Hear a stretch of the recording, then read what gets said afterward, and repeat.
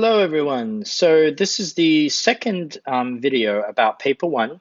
As I said, paper one in the new IB economics syllabus, first exams in 2022, is for 1 hour and 15 minutes. You are required to answer one question from a choice of three. This question will be worth 25 marks. Part A is worth 10 marks. You should aim to answer that within 30 minutes. I've already covered that in a previous video. This video will focus on part B. Part B is worth 15 marks, and you should aim to answer or write this essay within 45 minutes. As I said in the previous video, questions are drawn from all parts of the syllabus. So questions could come from the intro unit, micro unit, macro unit, or the global economy unit. So let's get started on part B. So as I mentioned in the previous slide, part B is worth 15 marks, and you should aim to write this essay in 45 minutes. What do we do in part B? Well, we do the DEDU like we did in part A, but then we add, hence, plus EE. All right, so I'm going to explain what each of these words mean. So we define relevant key terms, explain relevant economic theory, draw any relevant diagram or diagrams. We show that we have understood the specific demands of the question. We give a relevant real-world example, and we evaluate or we discuss. Okay? Now, you can see, just like part A, there are 5 levels. So there's level 1, level 2, 3, 4, and 5. Each level has a range of marks. I'm assuming everybody wants to access level 5 and get anywhere between a 13 to a 15. So 13 out of 15 or 14 or 15. I'm talking about how to access level 5. Okay, so to access level 5, you need to show that the specific demands of the question are understood and addressed. You need to show that relevant economic theory is fully explained. You need to show that relevant economic terms are used appropriately throughout the response. You need to show that where appropriate, relevant diagram or diagrams are included and fully explained. You need to show that the response contains evidence of effective and balanced synthesis and evaluation. And you need to show a relevant real-world example or examples that are identified and fully developed to support the argument. Let's explain each of these throughout the rest of the video. So I won't speak too much about the first part because I have a whole other video explaining that, which is the DEDU. This is where you define key terms, explain relevant economic theory, draw, label, and explain relevant diagrams, and you show that you've understood the demands of the question by basically selecting what is most relevant to the question. This makes up the first 30 minutes of your Part B question. And if you click on the card to the side, that should take you to the video that explains the DEDU in more detail. If Part A and Part B are related, which is not always the case, by the way, but it happens a lot. So if Part A and Part B are related or connected, you may refer to definitions, explanations, or diagrams already provided in Part A. You can write something like, the definition for so-and-so has already been provided in Part A, or refer to Figure 1 in Part A for the diagram showing so-and-so. You don't need to basically redefine concepts you've already defined in Part A, or redraw diagrams in Part B that you may have already drawn in Part A.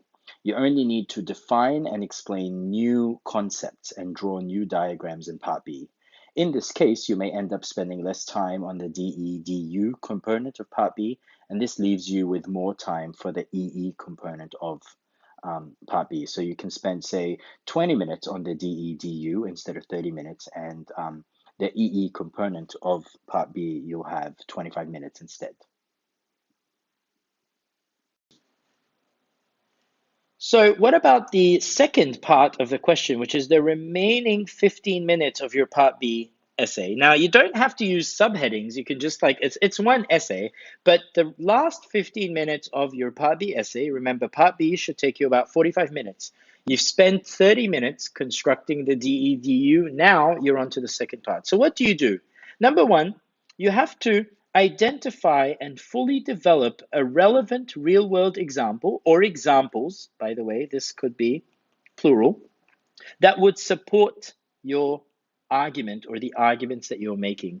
This highlights the importance of building a bank of real life examples as you are studying your course. So, say you're studying indirect taxes on cigarettes, building a bank of possible governments and different countries or states that have implemented indirect taxes on cigarettes or on e-cigarettes, building an example of a bank, sorry, of real life examples. And then you move on to your evaluation. This evaluation needs to be effective and balanced in order to access level 5, which is the highest level. This is between 13 and 15 marks. Evaluation is basically you're arguing and then you're offering the counter argument. You need to show the examiner that you understand arguments and counter arguments. I always tell my students that the word however is your friend. Okay, so you talk about the assumptions behind your analysis and then you counter argue with the limitations. You talk about the long term or effects in the long run and then you counter argue with effects in the short term. You talk about the stakeholders gaining and then you counter argue by talking about the stakeholders losing. You talk about the pros or the advantages and then you counter argue by talking about the cons or the disadvantages. So basically, anywhere where you're constructing an argument and then offering a counter argument, you are essentially evaluating or synthesizing or discussing. So an example of sentence starters for the real world example part of part B, you can say something like a real world example that is relevant to this question is that of so and so. Now make sure you explain and you fully develop your chosen example in the context of the argument or the argument you're writing, while also fully linking it to the question. This highlights the importance of reading econ related news stories. As part of your studies, you should always kind of stay on top of econ related news stories. And this also prepares you very well for your IA portfolio, the commentaries that you write. Maybe you can collect articles with real life and real world examples. Also, pay attention to the real life or real world examples that are in your textbook as well. Your textbooks will often have lots of real world examples, which you can fall back on if you can't really think of a real world example that's more recent that you've read recently as well. So, what about some sentence starters to help you with constructing your evaluation component of Part B? Well, basically, you can start with an introductory sentence when you're ready to evaluate. Something like, in order to evaluate so and so, it is necessary to consider the pros and cons as well as the effects on the various stakeholders in both the short run and the long run. This would be sort of your introductory paragraph to signal to the examiner that you're about to move on to your evaluation. Now, you don't need to do all of the following that I'm about to list. You can just pick 3 that would help you with constructing your arguments and counter arguments. So say you decide to analyze, short run and long run effects, you can write something like, some of the short-term impacts of this include, excuse me, some of the short-term impacts of this include so and so. However, in the long term, so and so.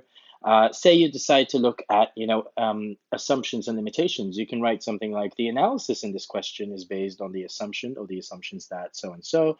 However, some of the limitations of these assumptions are so and so. Say you decide to look at stakeholder analysis. So some of the stakeholders gaining from this are so and so. However, some of the stakeholders losing include so and so. Say the question easily lends itself to pros and cons. You can say some of the pros or advantages of this include so and so. However, there are also disadvantages or cons, and these include so and so.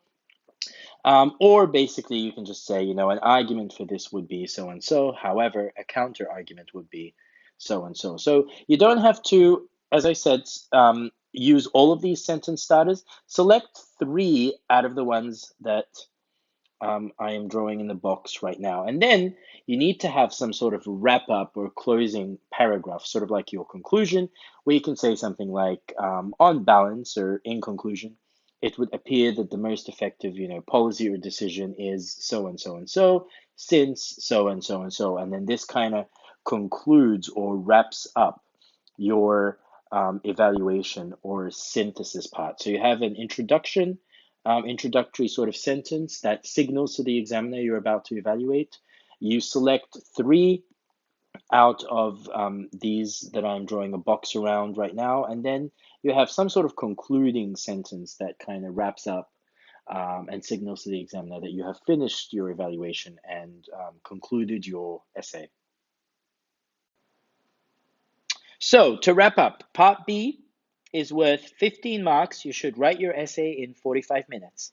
The first part of your essay, the DEDU, should take about 30 minutes. And the last part of your essay, the EE, which is the real life example and the evaluation, should take the remaining 15 minutes. So that's a total of 45 minutes. Now to access level 5, the highest level, okay, which is 13 out of 15 marks, you need to make sure that you have, you need to demonstrate that the specific demands of the question are understood and addressed. You need to make sure that relevant economic theory is fully explained. You need to make sure that relevant economic terms are used appropriately throughout the response. You need to make sure, where appropriate, relevant diagram or diagrams are drawn and included and fully explained. You need to make sure that your response contains evidence of effective and balanced synthesis or evaluation. You've offered at least 3 arguments and balancing counter arguments as part of your essay, and you need to make sure that you have a relevant real-world example or examples that not only have you identified, you have fully developed to support your argument or your arguments. And this is paper 1, part B, the 15-mark essay. Good luck, everyone.